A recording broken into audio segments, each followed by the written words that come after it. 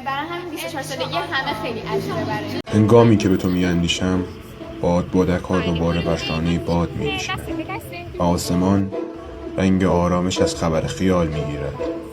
پرندگان خسته در گرگ و میش نزدیک تابستان راه بازگشت به آشیانه را می‌یابند.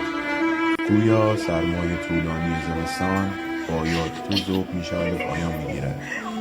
هنگامی که به تو میاندیشم کودکان با شوق خاموش نشدنی به خانه مادر بزرگ می‌رسند، جایی که بوی نان گرم و آغوش مهربانی سقف آرامش روزهای دور بوده است.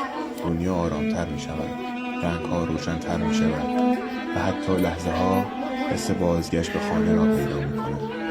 هنگامی که به تو می اندیشم همه چیز از پرواز بادبادک‌ها با قدم‌های کودکانه به نوعی زیباتر می شود و دل من نیز به جایی برمیگردد که نامش بود.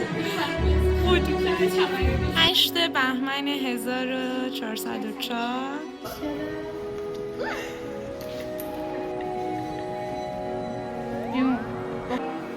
ایشالله 24 سالگی خوشگلی 24 سالگی من خیلی دوست دارم و فکر می‌کنم که من تولد 24 سالگی یه اتفاق خاصی میفته. خب برای همین 24 سالگی همه خیلی عجیبه برای سال بعد دی بهمن اوضاع خراب بشه و من بتونم یه تولدی بگیرم.